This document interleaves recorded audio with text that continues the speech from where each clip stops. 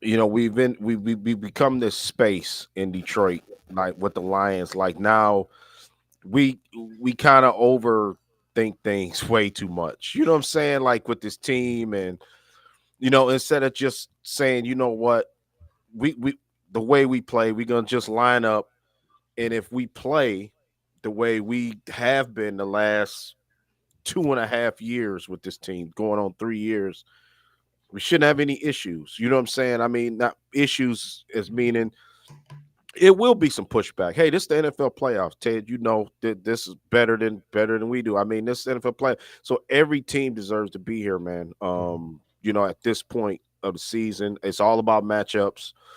I feel, that to me, if I'm well, Walt corrected me out, like he was saying, if you're a football fan, I think this is a bad matchup for the Commanders. You know what I'm Mhm. saying? To me, you know what I mean? I think Tampa Bay was kind of like sit and duck out there, kind of turnover prone, undisciplined on defense. You know what I'm saying on some things, and it wound up biting them in the ass playing around with Jaden Daniels like that. So I think the Lions are a little bit more well coached. Not a little bit, a lot more well coached than Todd Bowles Bucks. You know what I'm saying?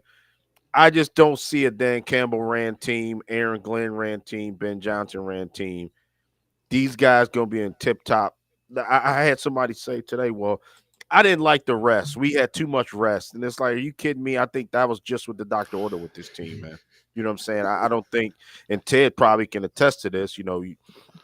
I don't want to take your time, so I'm just Uh, gonna let you come in, and then we'll talk about the health and the other things like that. So No, I agree. You take the time whenever you can get it, Ashante, because that time's valuable, man. It's what you do with it. It's how you progress, how you practice. And Dan Campbell, he's going to have a plan. Those guys will have a plan. So you feel good about that. But it's critical for them to get Anzalone back and some of the guys, getting Montgomery. We can talk about, obviously, dive into that injury because that's an impactful injury. This is rare that you get a guy coming back from a high grade MCL like this and actually yeah. coming back to push to play when 3 surgeons recommended surgery. This is one we can dive down deep into. Oh boy, wow. please do, please do, because it's funny that you guys on your own transitioned to that because that was the very first injury I wanted to ask you about, Ted. David Montgomery. Mhm. It was odd to me that people were so just oh hum and so casual about his injury and oh yeah, he'll be back soon. I was worried about it. I felt it was unnecessary to really push him back right now. I felt like Mhm. you ride the young horse. It was his time. You guys a couple other complimentary backs who can come in and spell him from time to time. Should there be any level of like legitimate concern for David Montgomery? Yeah. Short answer is yeah. You have to have concern. But I'm not saying the Detroit Lions don't have that. I think Dan Campbell, I think their medical staff, their performance staff, Brad Holmes, I know a lot of these guys. They're smart. So you have a couple things going for you if you're on the Detroit side. It's a veteran offensive play caller. You got Ben Johnson. You got Jared Goff, a good game manager. You have a phenomenal offensive line. And you got Jameer. You have all these things. And then you have great skill positions. You have tight end. You have wide receivers. You have guys that can spill this.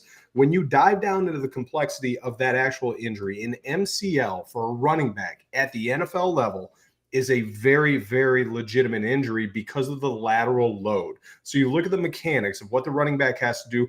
It's the lateral shifting, it's the planting. We talk about lower leg mechanics. We go through off seasons full of literally training movement skills and putting in the proper. We're talking about degrees, changing at a degree of a lower leg angle by 1 degree because that's the difference of creating space of 6 inches, and that's the difference in scoring a touchdown or taking a 3-yard loss. So you look at some of those things. It's the deceleration mechanics I would be concerned with when you have a high grade MCL, which he does. I've heard he came out and kind of said he's not going to wear a brace. That I don't know what conversations they would have. That brace literally protects your knee from shifting laterally. So when you have a component of a medial collateral ligament, that's there to protect you. Now, I'm sure he's going to have a significant tape job underneath. There's ways to protect that without that big bulky brace. So I get that. But if I'm Ben Johnson, and I know Ben, he's a genius. Ben is probably thinking you ride the hot hand, you ride Jameer. So for me, I've talked about it on a couple other podcasts. You got Jameer, he's a Ferrari. I used to say, I was like, well, yeah, then you got Montgomery, he's a Bentley, he's a Rolls Royce. I'll go Detroit strong. He's an F-150, right? Or he's an F-350. Give that guy the ball and let him go laterally. No, get him straight down the hill because he's going to run linear. He's got to run in a straight line. You take out the components of potentially shifting and then exacerbating that injury so you can protect him within the box, inside zone, maybe an outside zone, but don't stretch him too much and don't get him out into a lot of space. Let Jameer do his thing, get the passing game involved, let Jared control the game like he does as a manager, let Ben get creative with his play calling, and let that offensive line create space. But Montgomery should be getting downhill. He should be running linear, straightforward, north and south. That's where he can live, and that's where you can protect that injury. But I do think, well, you made a great point. You let Jameer take the load. If you have to, you get him more involved. But if I'm thinking about this from a game management standpoint, I'm trying to protect Montgomery for the following week, for the championship game, and then 2 weeks after that, the Super Bowl. Not that you can't lose this game. It's not like you can overlook this, but use him as little as possible while you allow him to create that healing for the next couple weeks. Ashanti? Yeah, Ted, man, that was some great insight on that because I was kind of wondering that too. Like, I'm torn. I'm like you. Because to me, I'm thinking to myself, man, he need to sit out at least one other week. Because I think, no disrespect to Commander fan, I know they're gonna kill me for saying this, but I don't think it not having David Montgomery, we could beat the Commanders without David Montgomery, in my opinion. You know what I'm saying? I don't feel like, oh my God, he's got to play this game. Like Ted said, I think it's an important game. Obviously, we feel like everything's riding on this game. We got to advance, obviously. But yeah, man, Craig Reynolds and Jamar Jefferson, if they choose to go that route, is more than capable. You know what I'm saying? Of picking up the slack for a game. Yeah, I'm concerned, and maybe I was thinking about this too. Maybe goal line situations, you know what I'm saying, where he could just, like get behind somebody and kind of lunge forward, that type of thing, or short yardage, or 3rd and 2, or you know what I'm saying, or 2nd and 2. We just trying to move the chains and keep the possession, that type of thing. So, yeah, obviously we know. I know for a fact that this team is without David Montgomery, they can beat the Commanders. You know what I'm saying? I mean, that's not even a question. I don't even think that's a question in our. I think David Montgomery wants to play. I think that's part of it too. They probably, you'd have to chain him down basically to say, dude, you're not playing. He probably like, F you, I am playing. That type of thing. All that hard work the last 2 years. Coming here, change of culture, being in Chicago, busting his ass with the Bears for, 4 or 5 years, have highly productive, and then to have your season go down the tube basically by having an injury like this, where maybe a difference. So maybe if we're the Tennessee Titans, maybe obviously no playoffs. And you could say, well, he could sit out for the season, but it's bigger stakes here, bigger fish to fry. And I do think that David Montgomery is playing a part of it too. I think he just wants to get out there, man. You know what I'm saying, and play. And the best thing to, change your psyche as a player is to go out there the next game and play. Especially to try to overcome an injury, get your confidence. You know what I'm saying? Trust that knee, that leg. And we'll see. Like you said, I'm with bated breath. The first time he gets hit, man, I'm just gonna be like, oh my God, is this, So hopefully they limit him. I just hope it's not a heavy dose, that type of thing. I just don't want to be wondering if he's hurt every time he gets the ball and goes down. And you got big Deron Payne, coming lunging at him and fall, what I'm saying, falling for Jonathan Allen, those guys, Jerzon Newton, they got a big, line in Washington, man. So we'll see how it go. You know what I'm saying? We'll see, and I believe that too. Another thing is I think we have a competent enough man, coaching staff where they wouldn't put this man out there and put his career in jeopardy, that type of thing too. So that's a good point, Ashanti. I'm glad you brought that up, and the other side of that too, because you look at Montgomery's background. Number one, you got to recognize the fact this dude is tough. And number two, he cares enough because he's in a good culture. You look at what a positive culture does in the NFL, it gets guys to want to be out there with their brothers and with their coach. They want to be out there. You don't think that dude wants 10 carries, 20 carries? He'll take whatever he can get. He's probably knocking on Dan and Ben's office right now and saying, hey, I'm ready. You better not spill me. I'm ready. And that's what you get because of the culture that Brad Holmes, that Dan has built. You look at even Sheila, they've built a culture of winning. That's a culture in the NFL. And you look at these guys, that's what you want. I mean, that guy's hurt. That's a significant injury. 3 surgeons out of 4 told him to get surgery and shut it down. And he went to a 4th. That does not happen. That's a high-grade MCL. I have a lot of respect for this guy. I have a lot of respect for this team because of how they built this culture. And that tells me everything I need to know. They're ready to show up and go to work. Yep. Facts. And I just want to add one other thing, Walt. Just what Ted said. And I think, like I said, I named the Tennessee Titan. I just think if it was a different organization, Cleveland Browns, he probably would be like shutting it down, that type of thing. He wouldn't have tried to come back, but he was eager to come back, like you said, from the start because he went so many times to get these opinions, you know what I'm saying, until he got the answer he wanted. So, yeah, Walt, I'm suit that, and that's kind of scary. Yeah, man. That's kind of you know what I'm scary, saying? That's what I'm saying. It's like playing the game. Yeah, it's fine and dandy. Yeah, he back. Okay. Yeah, high five. Let's everybody group hug, that type of thing. But when it's time, when he get hit the first time, I'm talking about in game, get smashed, that type of thing. You just hope that he's not hurt. That's all. So got it. Yeah. All right, so if we go through a little bit more of this injury report now, Terrion Arnold, I think aside from, people weren't necessarily expecting Montgomery to come back anytime soon like that, but Terrion Arnold does play a position that has been kind of ravaged by injuries over the past few weeks. Him and that foot, what do you guys know about that? Yeah, this is an interesting one, Walt, because when you look at this, number one, you got to look at Terry McLaurin and who we're going against. So you look at, are you going to shift Meek? Are you going to put him on him and let him carry him for the game? My thought is they probably do that. That's probably what AG's thinking. You look at Terrion, this is a significant injury for a couple of reasons. Number one, the rotational aspect as a defensive back. You look at what they have to do, the force into the ground. So there's 2 factors here. When you're on turf, especially when you're on an artificial surface, there's the interaction between the actual surface and then the footwear. And then within your cleat, there's an interaction between your foot and the actual footwear. So how much are you shifting? That places a lot of stress on the foot. So you look at this. This is one of those injuries that can bite. And we call that, we say bite, where he has one wrong move. He rotates, he shifts, his foot gets stuck and caught in the turf. That's one of those ones where you might see him have to come out for 2 to 3, 4 plays or an entire series, depending on the severity of it. That's what scares me. And a lot of these, you don't want to numb them up. There's certain complexities, and I don't know this.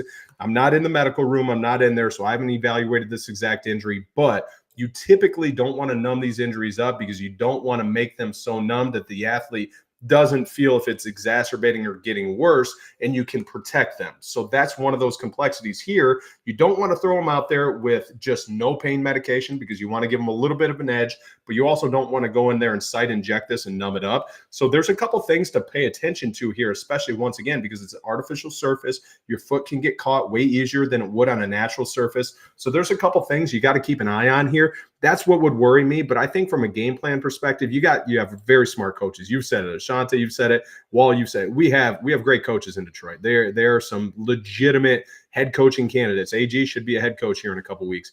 He's going to have a game plan. And I look at Amik as probably the guy that's going to travel with McLaurin. And you look at how you can protect him and put him in a shell, and you protect him with maybe coverage over the top. There's ways that you can go into it with a game plan to keep him safe. Yeah. And on top of that, you also have 3 quality safeties. Now, 100%. Which is tremendous.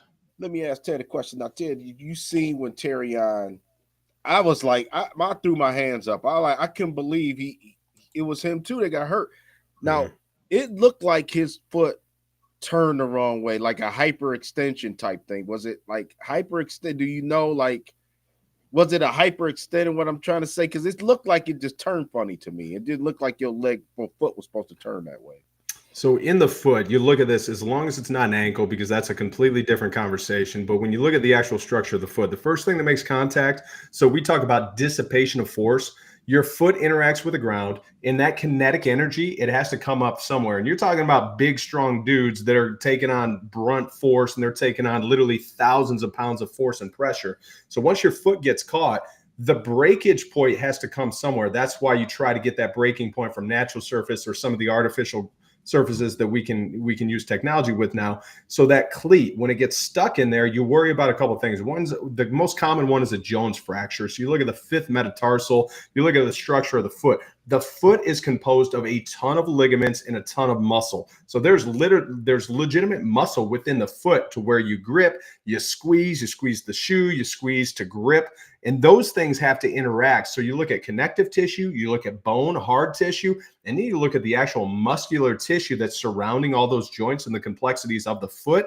And then you travel up. Then the kinetic force goes to the ankle, then it goes to the knee. So you look at those things, almost like the David Montgomery thing. Force is going from the foot to the ankle to the knee. So you look at that kinetic energy, it's traveling out somewhere. That's why the lower leg angles, putting your foot in the proper positioning, getting the right cleat, the right fit, all those things are literally dramatically important, because they can be the difference of having a guy sustain a season-ending injury and not. So the equipment manager, Timmy O'Neill in Detroit, those guys, they're all highly qualified to do what they do. They put them in the right footwear, they put them in the right equipment, but those are the things that pay dividends. You better make sure that you take care of those details. So when that rotation happens, that's what you worry about. You worry about that intrinsic musculature and those connective tissue, those points within the foot, and specifically the fifth metatarsal. That's what your big fear is.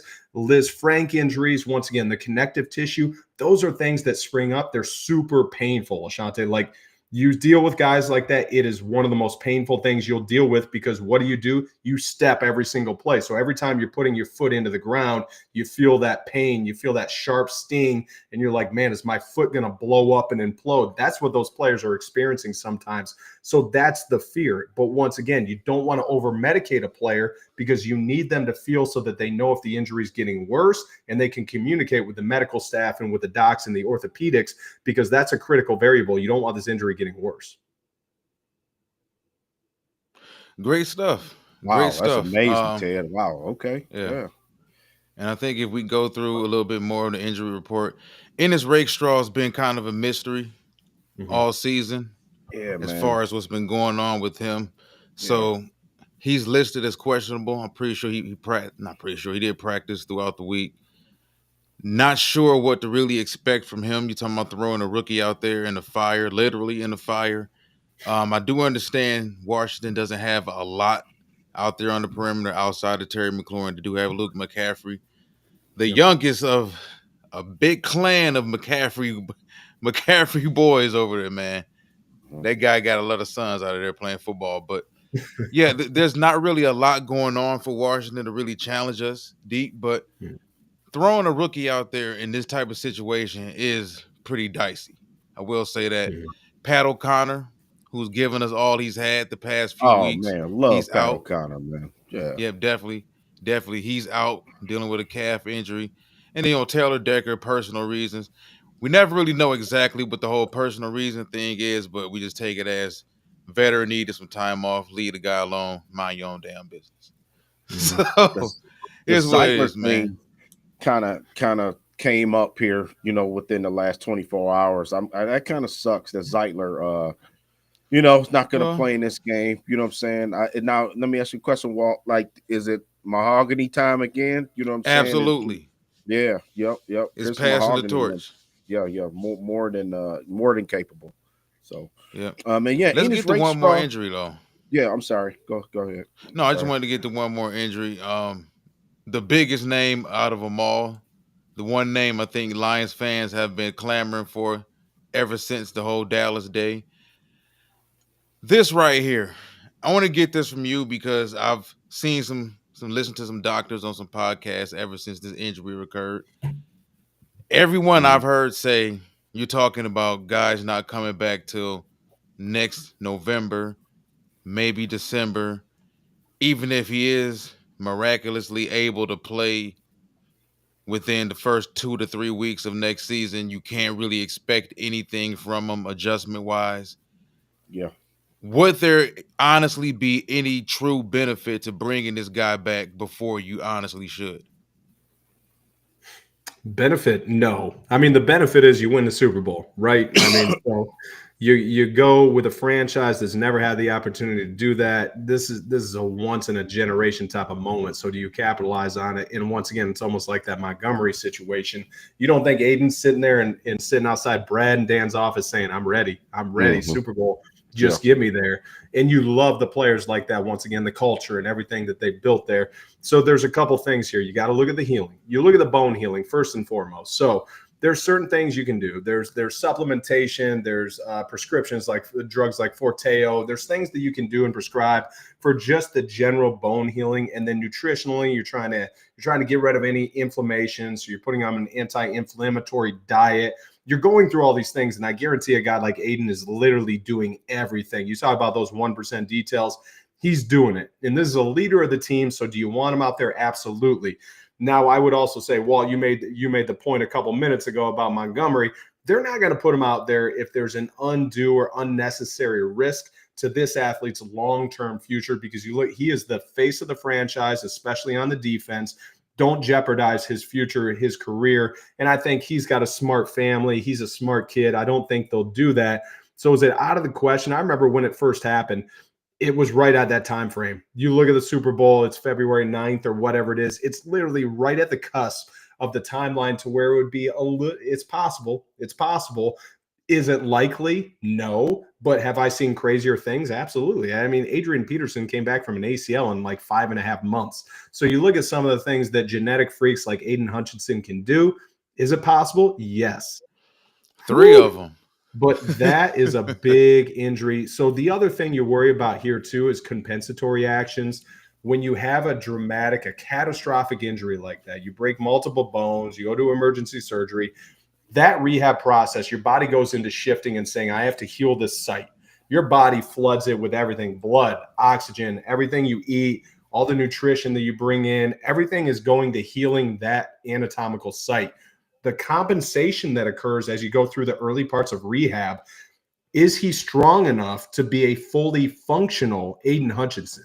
So what I mean by that is he ready to go even 80, 90% of what Hutch is?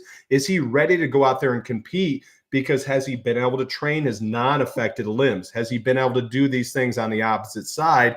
And has he trained and strengthened so that he's conditioned and ready to go through a full football game? Those are the issues that you have to answer. Those are the questions that you have to make sure you're confident, because what you don't want to see is him get caught in a precarious position just because he's deconditioned and he has another catastrophic injury on his healthy side because he gets caught out of position. So you have to be worried about really the full gamut here. It's not just, hey, is his leg healed? It goes well beyond that. Yeah, I think that was the main issue I had with it. You know, everyone saw him running in water. They saw him sprinting down the sidelines, and none of that is really conducive with being a No. defensive end in Yeah. football. Playing with your Right. hand in the Right. dirt, Right. whether not knowing exactly which is the load bearing leg, but there's way more that goes into it than just it's like tearing your ACL and then somebody sees you at LA Fitness on a treadmill walking and they're saying, "Oh, well, he's fine because he's on the treadmill walking." No, I'm a pro athlete. Like there's more to it than that, and I just think it's ridiculous, man. I think that this team is good enough to win the Super Bowl without him. This even maybe not next season. We don't know exactly how the rest of the NFL is going to pan out heading into next year, but for right now, this team is. You can call us homers or whatever, but we all believe this is the best overall football team in the league right now, and they're good enough to win it this year without him and without Montgomery. And something I would like to transition into is the coaching staff, because that's something that's been kind of a hot topic, hot button Yeah. topic as of late. If they lose both coordinators, and we've heard rumors of this happening, and it's possible, we understand it's the Yep. nature of the business. You're good people come, bad teams come to get you guys. That's just how it is.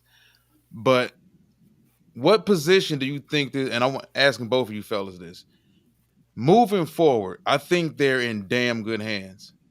Even if they lose both coordinators, because I think for one reason they're going to promote from within, more than likely. They played it smart during the whole trade deadline. They didn't give away valuable draft assets to rent a player who it looks like over the long run we didn't even need them anyway. We stayed on a hot streak. So they have all their draft assets. They get a bunch of people back next season that were hurt this year. Aleem McNeil and a ton of other people. Makai Wingo, Yeah, rotational Marcus guys are coming Davenport back. maybe. Well, They've he's only got signed for draft a pick. year though. But Yep, yeah. yep, yep. But they're so deep that they have the opportunity to bring Davenport back. And I think Davenport is probably a guy that looks at it as, hey, listen, third team, X amount of years in the league. How many more opportunities am I going to get? This franchise shows some actual love and belief in me. I'm going to stay. And I like Davenport. I think as long as Davenport is healthy and he's on the field, Yep. Yep. he's a He really good raised hell player. out there. Yep. The issue's just Yep. been that, Yep. yeah, exactly. But Ted, so what do you think about the team in general moving forward if they were to lose both Yeah, to coordinators? replace both coordinators, I've been in a couple situations throughout my career where we've had to do that. It's hard. It's hard. So I think number one, admit that, have some self-awareness and say, this is going to be a challenge. It's going to be a struggle. We're going to have to learn. You got a guy like Ben who's been very loyal. He's stuck around. He knows Dan. He's very loyal to Dan Campbell. It's been amazing. And then you look at the opposite side, a guy like AG, not just from the football IQ, but how he leads. Like, he's a leader of men. You look at that guy, how he brings juice. He's just as impactful as a Dan Campbell, because you don't think he's rallying the troops when they lose half their roster on the defense and they're dealing with all these catastrophic injuries. That guy's leading from the front. Can you replace those guys?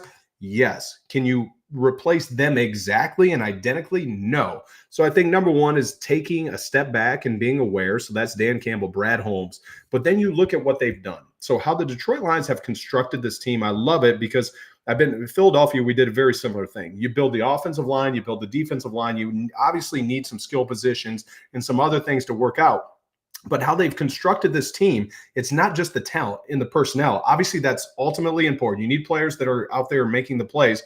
But then you look at Hank Fraley, you look at Terrell Williams, who I know, like all these guys, they have great coaches at all these positions. So just like the team has had that next man up mentality, it's going to shift to the same thing. And when you have a guy at the helm like Dan Campbell, and when you have a guy behind the scenes like Brad Holmes, and you have that ultimate confidence, it's earned confidence too. That's the important indicator. It's earned because they have done this. They built it, and they built it through the fire. They've had adversity. They've brought it together. They've connected, and they've grown through that, and they've become a legitimate Super Bowl contender. That doesn't just go away in 1 year, even if you lose those coordinators. Now, is it easy? No. You have to identify the best talent. Do they bring in somebody from the outside? That's the question, because there is a transparency there where, do you have the next man up mentality? Great. But can you give someone some more control, but then bring in an offensive coordinator who might be out looking for a job, or someone who's up and coming? That's what they have to figure out, because you do have to get the best coaches. Coaches in this league are ultimately important, just like players, but they have talented coaches in that staff. And you look at a guy like Dave Phipp, I worked with in Philly. Dave Phipp's not going anywhere for the most part. I mean, that's, I guess, the bad thing for special teams coaches. They don't get head jobs.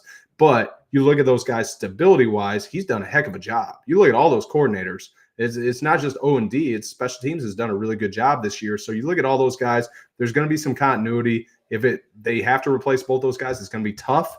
But can an organization like Detroit do it with the leaders they have? I think they can. Yeah, I mean, I agree with Ted too.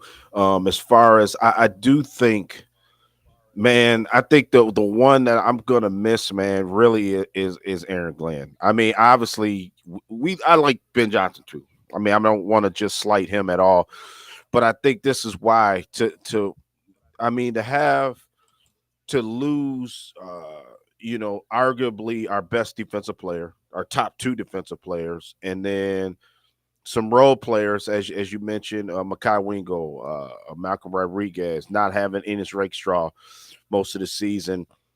This season felt like it was going to be a waste, man. To be honest with you, the minute Aiden Hutchinson went down, it was just like the season's over. You know what I'm saying? I mean, that's basically. I remember Monday vividly thinking like this season's not going to end well. You know what I'm saying? Where Aiden was out, and then ultimately, we were wrong. The people who thought that, but it was a man. It was just a tremendous rally the troops, change it up, the game plan to our strengths. Because let's be honest, Aiden Hutchinson still leads this team in sacks. Okay, and he hasn't played since October. Man, it's unbelievable how that stat line is like a non-factor. It doesn't even matter. Like we don't have a guy with double-digit sacks on this defensive line. You know what I'm saying? And that's a key stat or a key part of just team chemistry, team building,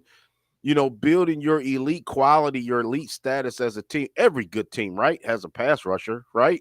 And it's like it didn't phase this team, man. It's crazy. I mean, we still got our issues guarding certain positions. Obviously, mobile quarterback did that topic has came up, this week. Obviously, we're playing Jaden Daniels, but ultimately, this team has just shown, man, the next man up.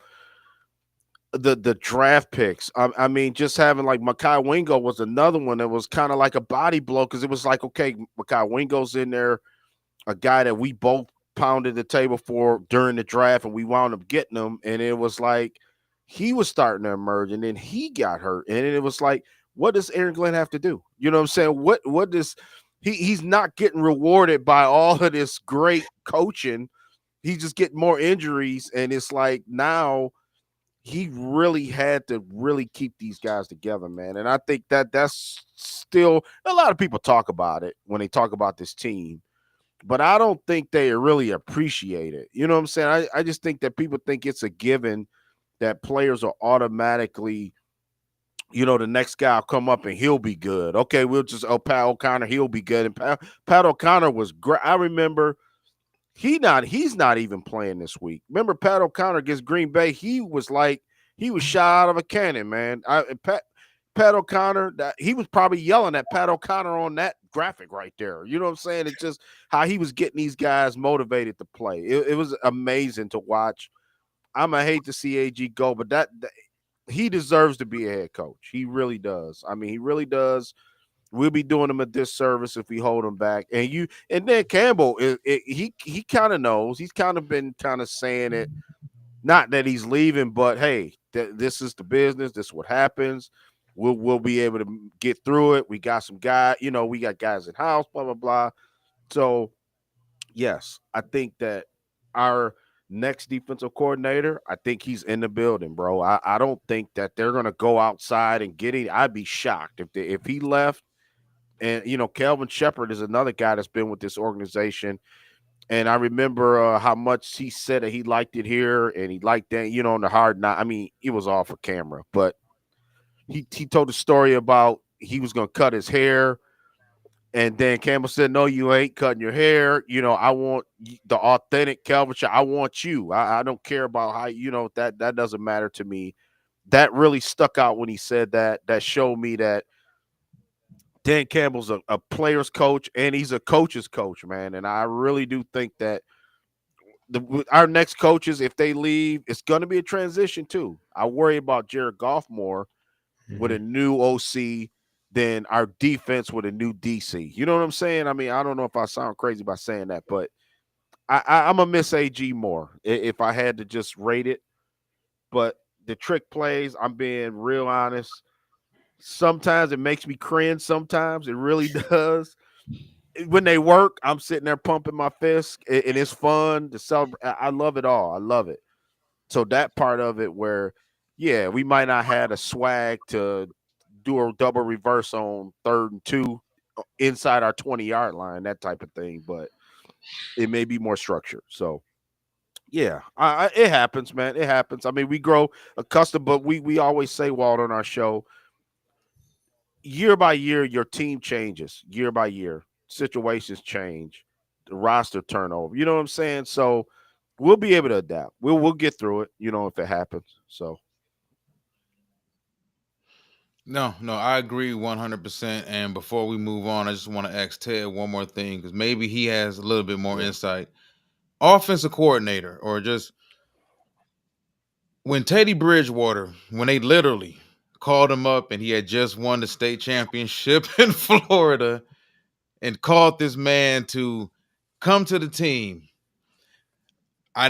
pretty much didn't understand how fans couldn't really read between the lines doing all that.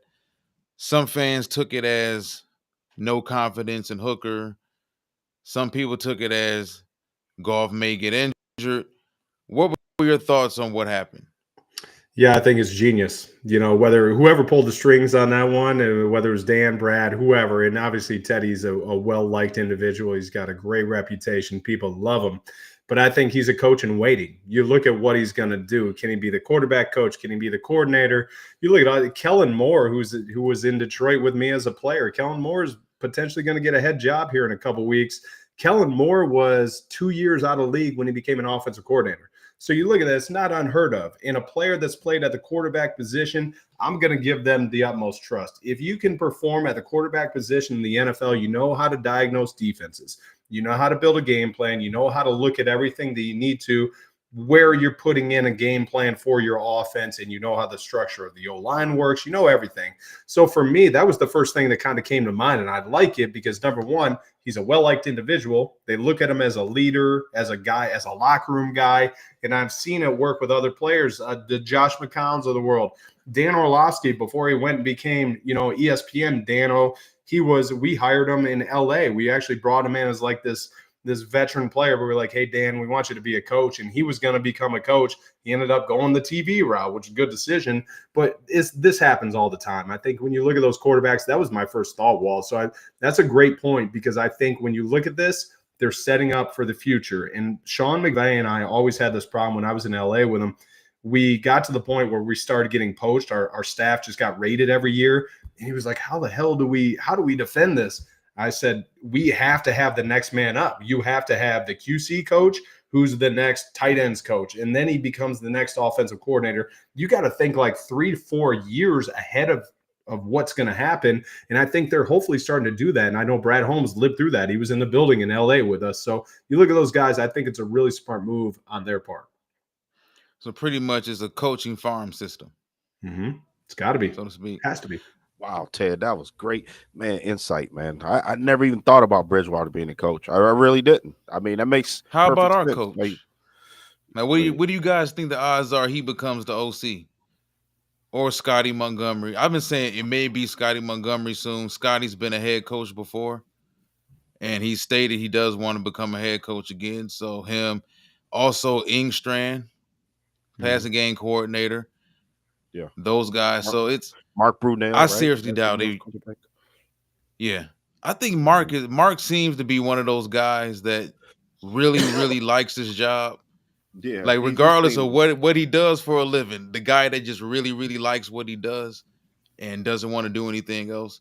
Because I'm pretty sure if Mark wanted to be an OC, he could have been an OC. People have probably offered him plenty of times. But that's decades of football knowledge right there. Well, I see somebody in the chat too. They said this. They heard, Mark Brunell is going to go with Ben. That's the other side of this. You have to know when a guy like Ben, a guy like AG gets a job, there's an internal negotiation that they have. Now, number one, hopefully they're already having these conversations with Dan Campbell, and they're like, hey, Dan, I want to take this guy and I want to take this guy. I've been in those conversations. So they're having this internal dialogue and negotiation about, all right, I'll let you take this guy, because in the NFL, here's the beauty. Unless you're going to hire as an offense coordinator or defense coordinator or special teams coordinator, you can block anyone. So if Mark Brunell is going to go with Ben to be a passing game, they can block that. But they're probably having these conversations now. So this doesn't just stop at losing Ben, losing AG.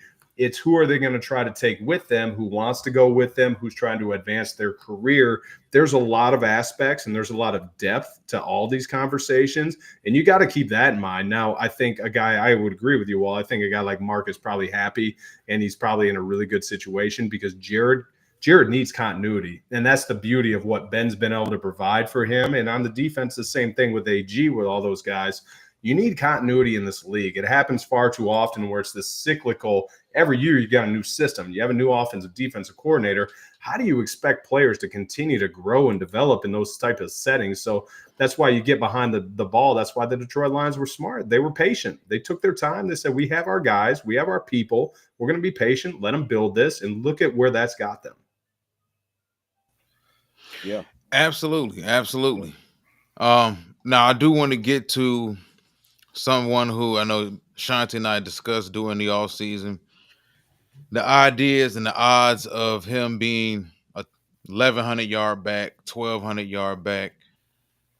The season that Jahmyr Gibbs had overall is still strange because if you look at these numbers and the fact that he accumulated these numbers basically sharing touches with another running back for 75% of the season. Is anyone shocked that between St. Brown getting 1,000 yards and his touchdowns and um, Jameson Williams getting his yardage and his touchdowns and Laporta coming on strong middle towards the end of the season and Tim Patrick getting targets? And is anyone surprised that this guy still managed to break out the way he did, still sharing with all those other guys? Shoot, I'm surprised. I mean, it speaks to the credit of how talented of a player this kid is. 6.7 yards per touch. You think about that at the NFL level? Well, Ashante, like that's incredible. Yep, You look at what he's been able to do. I didn't expect it. I'll be the first one to admit I did not expect this, especially with what they had with the two-headed monster that they had in the backfield. This to me is one of the most impressive storylines in the NFL. Yep. Yeah, Ted's right. Took the words right out of my mouth, man. About I wasn't thinking like you said that big. You know what I'm saying? Like 20 touchdowns leading the NFL that big. You know what I'm saying? We knew we scouted him while we did shows, running back. The great debate was him or B. John Robinson. I remember we went round and round, about who's the better back, who's would be better for the Lions. We went through all the scenarios, but man, I didn't see 20 touchdowns, 6.7 yards per touch. And then, like you said, he was splitting time, man. Just imagine if he was maybe the feature back for the first 6 games of the season. He might have led the league in rushing, man. I don't think that's a stretch to even say that right now. Jahmyr Gibbs is tremendous, man. His ability to be able to find the first down yard marker in critical situations, man. I remember I counted in the first Minnesota game when we beat them in Minnesota. I just thought back and Gibbs made about 4 dagger runs, man, catching runs to get the first down, get out of bounds, keep, preserve time to get that winning field goal. I mean, Jahmyr Gibbs, his vision, his awareness, and I think he's learned, how to be, more like use the whole field, to his advantage, get in space, he can bounce. Because remember, you in college, high school, college, you could turn the corner and get loose, right? NFL, everybody fast. So I think he kind of had to learn that he maybe can't outrun everybody right off the bat. You know what I'm saying? He's got to maybe follow his lead, then make a move, cut back, then make a move. You know what I'm saying? Just a vision. Tremendous, man. Jahmyr Gibbs, my favorite player, my son's favorite player. My son goes, Dad, Jahmyr Gibbs is my guy. That's my guy. You know what I'm saying? So I love it, man. I love what he brings. I love the whole Sonic Knuckles. I love it all. Just, I mean, I'm just glad he's on our team. I think that he's changed the way the NFL is back looking at running backs. You know what I'm saying? Remember how they say you don't pay running backs, you don't draft them high, you don't, feature them on your team, and I think he's going to change that, man. I think that Lions going to take care of Jahmyr Gibbs. If next year may be the year he could be a very wealthy man. You know what I'm saying? That's how I'm looking at it if he keeps it up. And I think that these 3 games is just unlocks so many things. I think the Lions are so hard to defend because Jahmyr Gibbs is so effective and so the way you can use him. And I think it's gonna be a bear to beat this team, man, with him playing the way he's playing. So yeah, I think to quote something that Marshall Faulk said a long time ago about running backs. You can be as talented as you want to be in high school, all state, all American. You can be as talented as you want to be in college, return punts, kickoffs, third down specialist, power back. When you get to the NFL, 85% of running backs have to reinvent themselves and learn how to play running back at the next level. And when you look at Gibbs, people were same thing with Aiden. I think last year, as far as his rookie season, people were a little bit impatient with him. And I kept saying all season, let him learn how to play running back at the next level. Just let him learn. Oh, he's breaking it outside too much. His vision's terrible. He'll never be good in the league. Like, fans are so eager to bury people. And when you look at the fact that he came back, he looks strong, he looks thicker. That's one thing I noticed about him from day Upper one. body, yeah. Yeah, the arms, the density in his thighs and everything. I go back and I look at him at Georgia Tech. He still had a little bit of doughboy to him. He got to Alabama, but he was still a terrific player at Georgia Tech. He was their best player as a freshman. Now, that doesn't say a lot about the football program at Georgia Tech right now, but no, he still had that doughboy type of body. He got in better shape at Alabama, was terrific at Alabama, was Bryce Young's most dynamic and dependable weapon. He got here, didn't like the way he looked at the combine. I thought his legs were a little skinny. I thought his body looked a little bit unbalanced. Got into the NFL weight room, got into the program, took his nutrition right. He also said Montgomery helped him along with that. He came back year 2, not year 3, not year 4 with some running backs. He came back year 2 looking completely different. And you can tell they put him in the right type of regimen because his whole structure still looks just like Jahmyr Gibbs overall body-wise from Georgia Tech to Bama, but he looks more denser, and he still looks fast. Like, you understand, I think Ted can attest to this. You know how you have some guys, the term, and I want you to explain this because I can't fully explain it.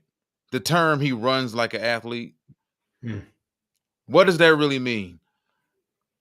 Yeah, there's a couple different levels to it. So when you look at a guy, especially like Jahmyr, obviously he's athletically gifted. So movement efficiency is what we're talking about. When you look at movement has 4 phases. 2 are linear and 2 are multi-directional. The 2 that are linear, one's acceleration. So you could be a phenomenal accelerator. Back in the day, Cooper Kupp was a decent accelerator, but he wasn't great, and he had top-end speed that was like 4.6 speed. We drafted Cooper Kupp, and our offense coordinator at the time, Matt LaFleur, he was pissed, and we were going through this. He's not fast enough. So we spent one whole year working on acceleration so he could create separation. You look at Jahmyr, you look at those lateral complexities. So multi-directional, there's 2 components. One is cutting, the efficiency that you can apply force into the ground to get your body shifted in the opposite direction, and then crossing over. Both of those are extremely important for a running back, a linebacker on the defensive side. You look at some of these positions, those are the factors that you're trying to train. And once again, 1 inch makes a world of difference in the NFL. We're talking about 1% better. If you can get a guy like Jahmyr who is explosive, he's got that tenacity, but he also has that twitch to where he hits it and he goes. His muscular system is designed to fire on all cylinders. But if you're firing and you're not in an optimal position, that's going to slow you down. That's going to limit how fast you can get away from the opponent and create that space and that separation. So you look at the efficiency. That's what we're talking about. You run like an athlete. You can move like an athlete, but you have this fluidity and you have this ability to establish proper angles, optimal angles. That's literally the difference between creating this much space and this much space. And you tell me if you're trying to get a third down pass and Jared's trying to fit it into a tight window, that's the difference between a 3rd and 4 completion and you move the chains. And that's the difference between a pass breakup and it's going the other way because you have to punt it. You're on the -40. So those things literally impact the game. Yeah. Yeah. Man, we just somebody I think I think Lamar made the comment. Yeah, we got to get Ted on the payroll, man. Ted got to be like, dude, like the info is just incredible, man. I've learned so much just from Ted being with us, man.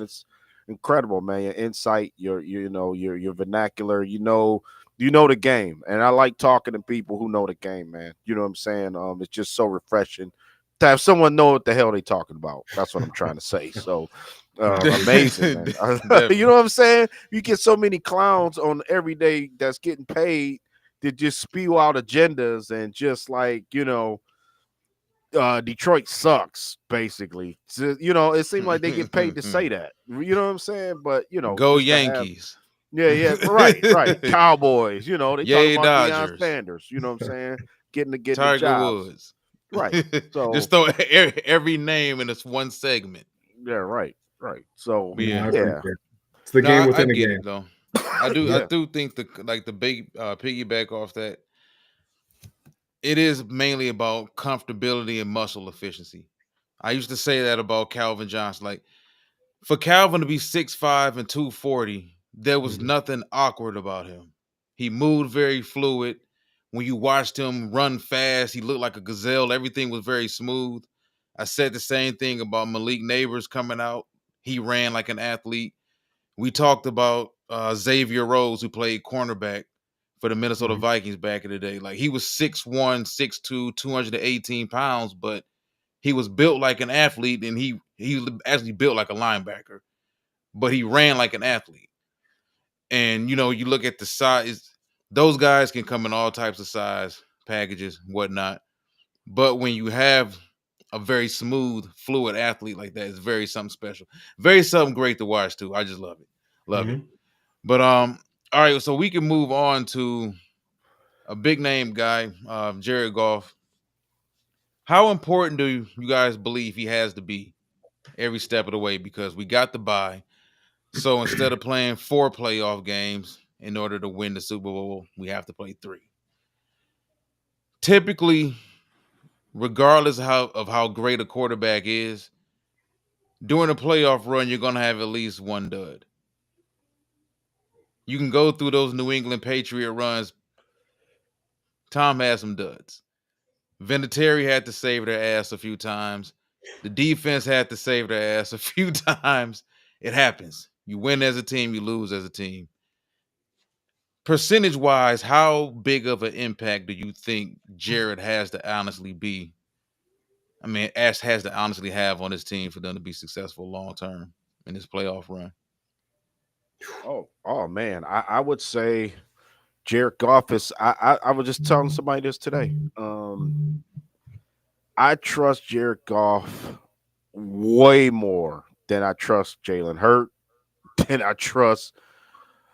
Well, Sam Darnold's not in it, but you know what I'm saying. Put it this way: I mean, I trust Jared Goff to get us to where we need to get. Got to win 3 games, man. He can do it. You know what I'm saying. I don't. He's not even a question anymore. He was, you know what I'm saying, but I don't feel that like I get what you're saying about him maybe not having a good game and maybe us losing the game. I get it, but I think that this team is battle tested enough. Hell, we going out there with half a defense on a regular basis and winning. So I think they can overcome. I know it's not 5 interceptions against the Texans. I know 5 interceptions in this game will be a loss. You know what I'm saying? That type of thing. That put it this way, he doesn't have to be laser sharp to beat the Commanders, but he's got to be on it, man. NFC Championship game, Super Bowl. He's got to be like MVP mode, damn near. You know what I'm saying? I hope he took it personal that he's kind of like out of the MVP discussion. I think that that's going to be something. I think that just wanting to get back to the Super Bowl with the team that he got traded to, that's a situation. Especially if they play the Rams next week. If we both win, that's another a developing story that could happen that can give him extra motivation out there. You know what I'm saying? But yeah, to answer your question, I'm totally comfortable with golf, but he has to be 90%, man. He's got to be on it. The mistakes, I mean, it's got to be to a minimum, man. You know what I'm saying? For me, But I trust her. I believe that Walt. I think, and then I'll let Ted take it away. I don't. I don't think other teams can stop us, man. That's how I feel about it. I just feel like if we do what we're set out to do, what we have been doing, it's going to be a bear to stop. That goes for Philly. That goes for whoever else comes in here. I believe that's it. Jared Goff is a big catalyst of that. So Yeah, great points, Ashante. And I think the same thing. And obviously, I know Jared. I love Jared. He's one of my favorite guys I've ever been around. Jared is cool, calm, collected. He's not going to let the pressure weigh on him. But Walt, I know what you're saying, because when you look at this, when you get the bye week, it's one of these things. It's a dichotomy. There's the good side of you get rest, you get healthy, you get all these guys back that are feeling a little bit better, but you get that rustiness. You get that, hey, we haven't played in a week, couple weeks. All right, are we meshing? Knowing the Detroit Lions, the first thing I would do in those situations, I've had them a couple times in my career, we spike the team. We're going good on good. We got the first O versus the first D. We're not going live. We're not tackling, but we're going like thud. We're going full speed to the ground, practice to where we're going fast and tempo. Those are the things that I'm assuming the Detroit Lions did this past week. And then you look at what Jared has to do this week. The Washington Commanders, good defense. But you look and you project out, and I love what Ashante said. I'm almost a little bit more concerned with the LA Rams, the way Chris Shula, it's Don Shula's grandsons, their defensive coordinator, the way their defense has played the second half of the season and into the playoffs. I mean, Vic Fangio's got Philly's defense playing out of their minds too. But you look at both of those, the LA team, that matchup would be tough. And then you have the Jared situation, right? It's Sean, they traded him away. Then you got that. You got Brad Holmes. You got Ray Agnew, the assistant GM. You got all these LA connections. You have all those things working behind the scenes. So now does that become bigger than it needs to be?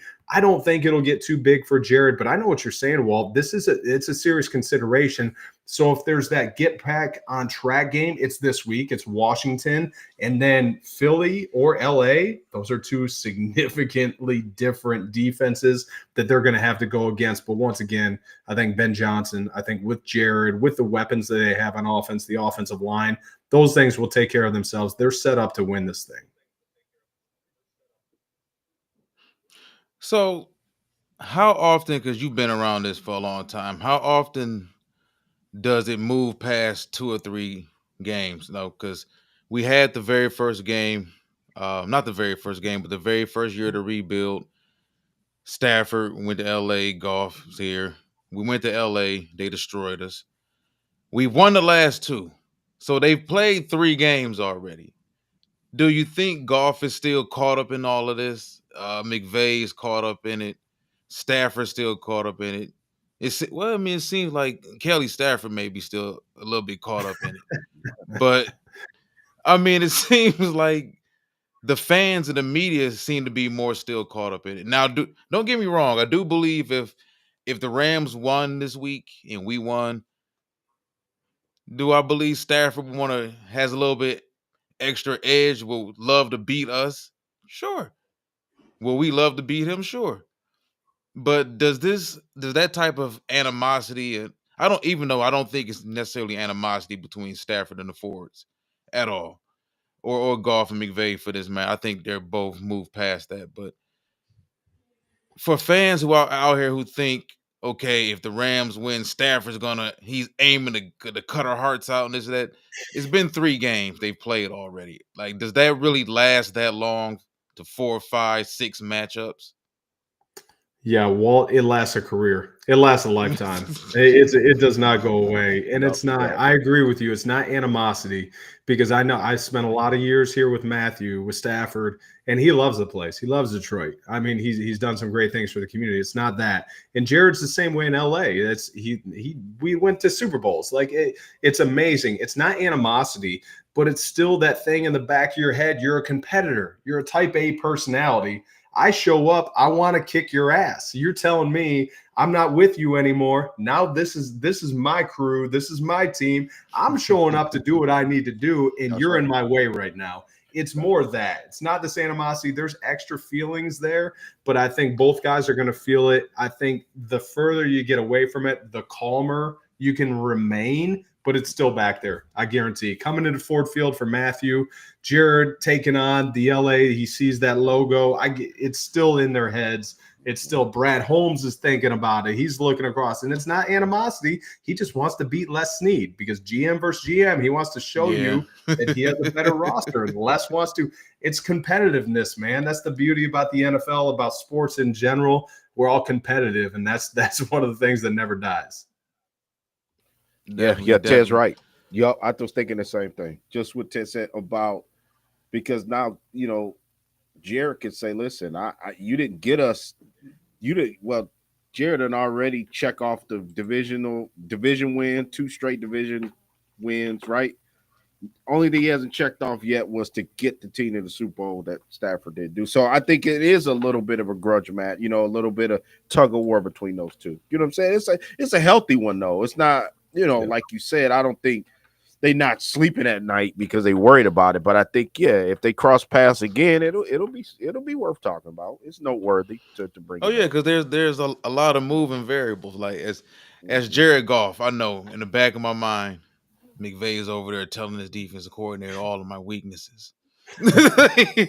He still thinks I'm not this and I'm not that. It happens. I can imagine that it happens. 15 years after everybody's retired and everything. Remember when you gave up on me? So Ted, I want to it ask Ted happens. about one injury that you never hear it no more. What the hell is turf toe? What is that? Is it like your nail coming off your toe? Is that what that is? It's a good question. So it's a ligament. You look on the bottom of the toe. If you're taking a finger, it's that ligament on the bottom. You look at that extreme extension. It Uh-huh. stresses that ligament that's on the backside of your toe underneath. So once that happens, the problem with that, Ashante, every step you take. Once again, we talked about it a little bit earlier about the foot injuries. You're in contact with the ground at all times. So in a sport like you're on your feet. So every time you go into plantar flexion, so dorsiflexion when you flex your toes up, plantar flexion when you get up in like a calf raise position, every time you get extended, so you're in that dorsiflex position, and then you have to put pressure in through, especially that big toe, that dominant toe. That pain is excruciating. It's actually something I dealt with in college. I had it when I was playing at Toledo. It's one of the worst pains I've ever experienced in my life. And it's one of those ones that just continuously comes back. It doesn't really go away.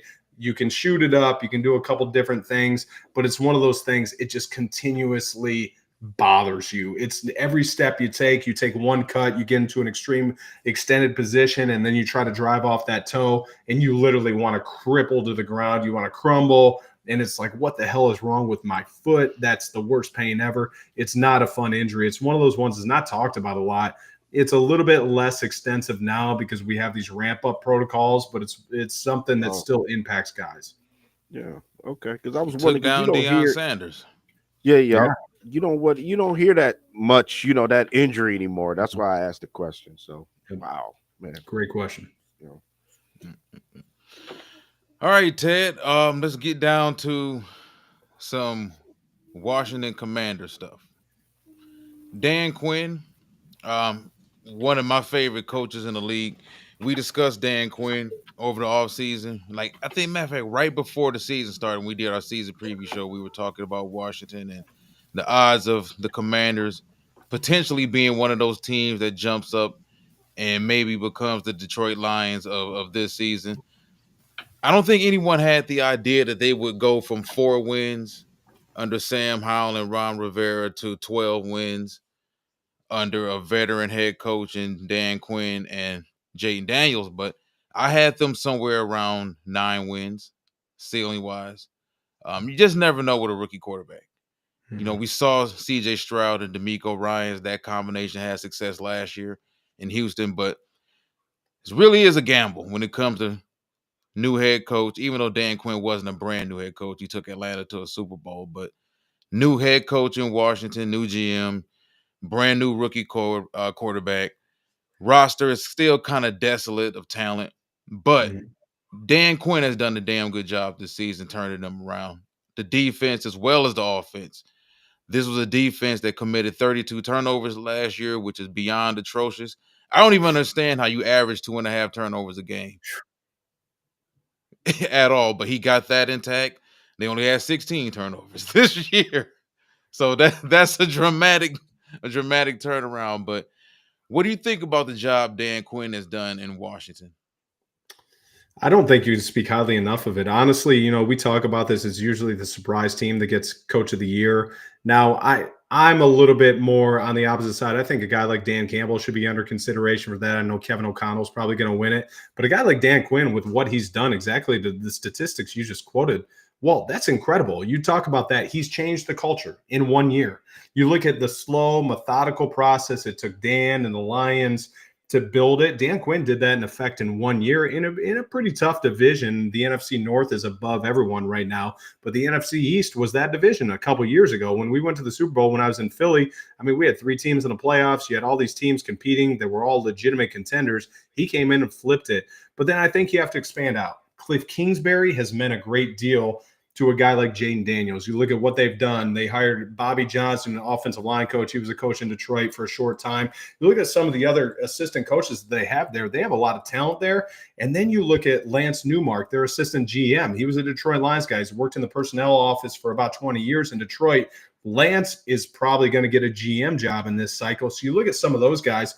There's talent all across the board. And what's the common denominator? They changed ownership within the last couple of years. Dan Snyder sold the team, and you look at what the Harris Blitzer group has been able to do. These are guys that came in with a plan. They hired Adam Peters as the GM. They hired Dan Quinn, and they said, here's how we want to build it. But the thing, Walt, that you can't discredit, this is what I love about football, and especially, what I've been able to do for 2 decades, scouting talent and scouting and evaluating guys like Jaden Daniels. So we brought in this company. It was a 3D, it's basically virtual reality. It's this different system for quarterbacks and offenses, but also defenses. You can input your entire playbook into the system, and then the players can get these free reps. And we call free reps anything where you don't have to take the physical tax on your body, but you can still go through the route progressions. You can still go through your checkdowns if you're the quarterback. So we go through this company, and they bring in a couple people from LSU. I'm not going to say their names; they're great friends, but they didn't give me permission to, so I won't throw them out there. But they were like, "Hey, Jaden uses this religiously." I'm like, "All right, tell me about Jaden," because we always go into the draft profile. We go into, all right, what type of kid is this? They told me about this kid. They're like, he comes back at 8 p.m. after classes, after practice, after everything. He works for 2.5 more hours every single night. Then he takes the system home. He's doing it in the morning. We can track this and log. He's doing it at 5:30 in the morning. This kid is getting 3 extra practices a week because he's literally doing it on his own. He wants to be great. And that reminds the Calvin Johnsons of the world that I've been around, Aaron Donald, some of the best ever at what they've done. They had that same mentality. And you give me a guy like Jaden Daniels, I'm going to bet on a guy like that because that kid is made of the right stuff. And then you put him in a good culture with a good head coach, Dan Quinn, who's been to a Super Bowl but failed miserably. He got his butt kicked in the second half. You don't think that's still in his head? He's still thinking about that. I guarantee it. I know friends that were on that staff. That hangs with you. And then you get Cliff Kingsbury, same thing. He's trying to reinvent himself, try to get another head job. All these factors circulating in one organization, that's a dangerous team. But that quarterback, you can't discredit what he's meant to this team. Yeah. I mean, do you think the recent success of the super seniors, Jaden Daniels, Bo Nix, Michael Penix, all 3 of those guys were also transfers? All 3 of those guys played 5 years of college football, 5+. All 3 of them got to the playoffs. Caleb Williams, super talented. Drake May, super talented. Went to lesser opportune situations. Were kind of thrown into situations. Hey, go make it happen. Top 5 pick. Struggled like hell. Mm-hmm. Now I will say this: I think Caleb Williams throughout the season, Caleb Williams' overall talent showed, and that typically happens with like really talented players. Mm-hmm. They may play like shit all season, or they may be boiling in the pot of shit all season. That's what I call bad organization. So he may be boiling in the pot of shit, but you can still see his talent shine through all of that all season. I think Caleb Williams ultimately will be okay. I think he's talented enough to overcome the Bears. Now, how much winning ultimately will he do with Chicago? I don't know if that's me. Is that me? I'm not ultimately sure how much winning Caleb will, over the long haul, do with Chicago. Hopefully none. with us, but I do think he's going to be a good player. But do you think teams, because for a while it seemed like GMs were allergic to seniors. Yeah. You know, if you were a senior quarterback, that was like being a non one and done in college basketball. You know, why are you hanging around so long? But seeing that these guys who played 4 years, played 5 years, do you think now teams are going to start coming back around and selecting some of those guys and not being so scared off? I think they're actually going to see it as an advantage because, Walt, when you look at it, the NFL system has become college football now, except it's unlimited free agency. So what we look for, we used to take a dart and throw it and say, I think this player is going to be good. They've been in the system. How do you know? They haven't had money yet. Now the kids get money. Now the kids transfer, so they've had multiple systems they've had to learn. You know what that is? That's the NFL. You look at all the traction, you look at how many coaching changes you have, and then you're giving these kids these big contracts. You got kids staying in college now because they're getting guaranteed 4, 5, 6 million for 1 year as a quarterback. If you're not a top 16 pick, don't leave. Stay and get that money. Get paid while you can and take care of your family. And still, you're in a different system because you probably transferred to get that paycheck. So you went from Baylor to Alabama or whatever the situation is. So I actually think it's going to help NFL scouts. It's going to help us be able to determine what the future outlook is a little bit better and more accurately because we get to test all those things before they actually get thrown in the fire of the NFL. So I do think it's going to sway on that side. And I'm with you. I think Caleb's a good quarterback. And I think some of the Drake, same thing.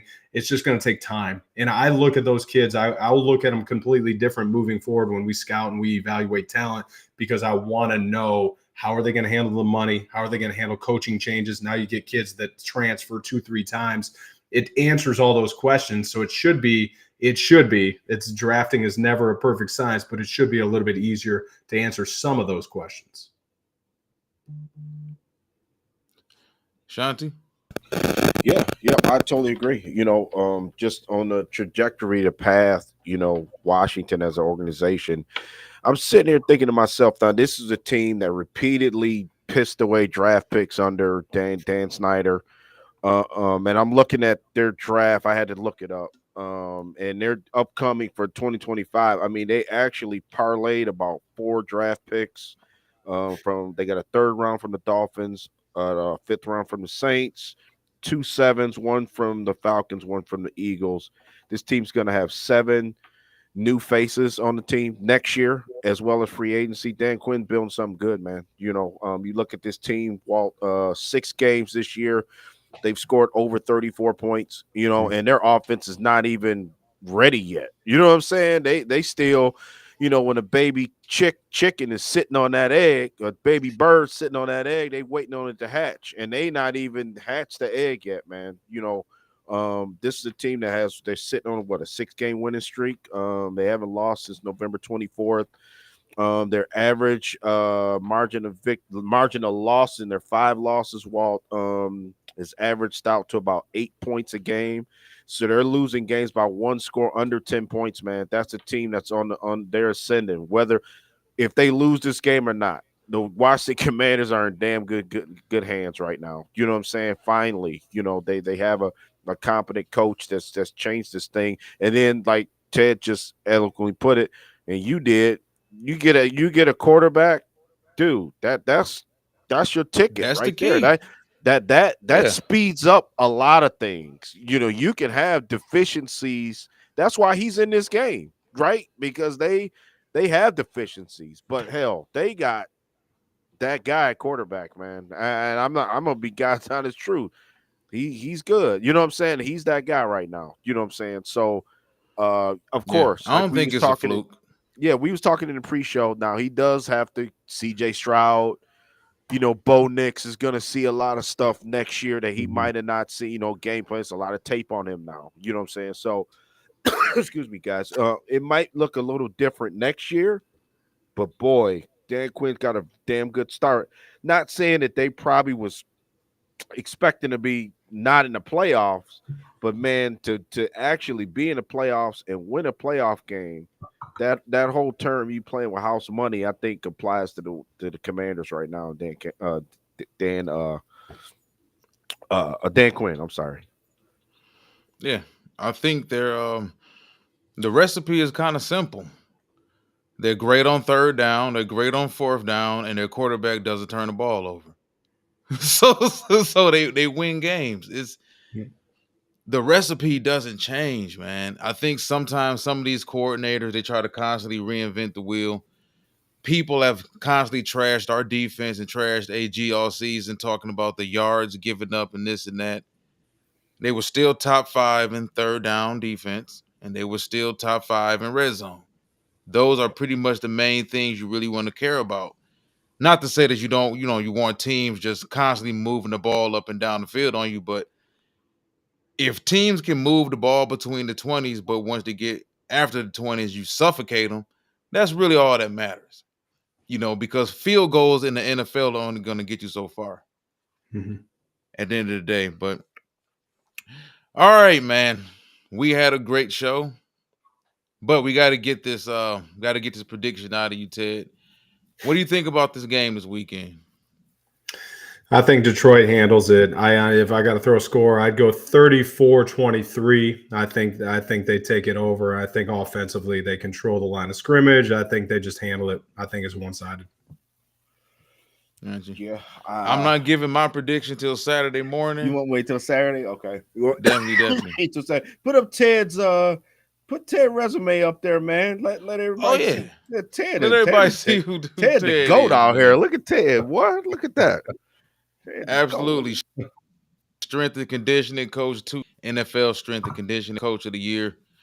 Was on the staff 29 to 2015. Our Detroit Lions, Miami Dolphins in 2016. Rams 2017 to 2019. Held 2 different titles there. And you still with the Eagles right now? I'm out. So we'll see what happens. We'll see. Maybe I'll come back home to Detroit. Never know, Walt. We gotta send. Man, we need you back, man. We need you back. Yeah, Ted. That don't sit well with me. I'm about to. Yeah. We gonna handle that. We gonna handle that. Phone calls. Yeah. But Ted, let everyone know exactly where they can find you, man. I'm already subscribed to your YouTube channel. Yeah, I appreciate it, Walt. Appreciate it, Ashante. Ted Rath Strength Coach. That's the YouTube handle, and then all socials, same thing. Ted Rath Strength Coach or Ted Rath on all socials: Instagram, LinkedIn, Facebook, all that. But YouTube is at Ted Rath Strength Coach. TedRath.com. Got a book out, some Detroit Lions stories on that. Beyond Comfort, Amazon, BarnesandNoble.com. You can get that there. Some good football stories in that one too. Wow, been a pleasure, man. Dynamite. Oh, yeah, Ted, can you come back for our draft shows? I mean, we're gonna do a bunch of draft stuff, so man, we gotta have you back, man. You know what I'm saying? We can jump in there. No, this has been fun. This has been awesome, man. I appreciate you guys. Yeah. Hopefully the draft shows don't start next week. Yeah, I know. Oh, I'm just joking, man. We got it.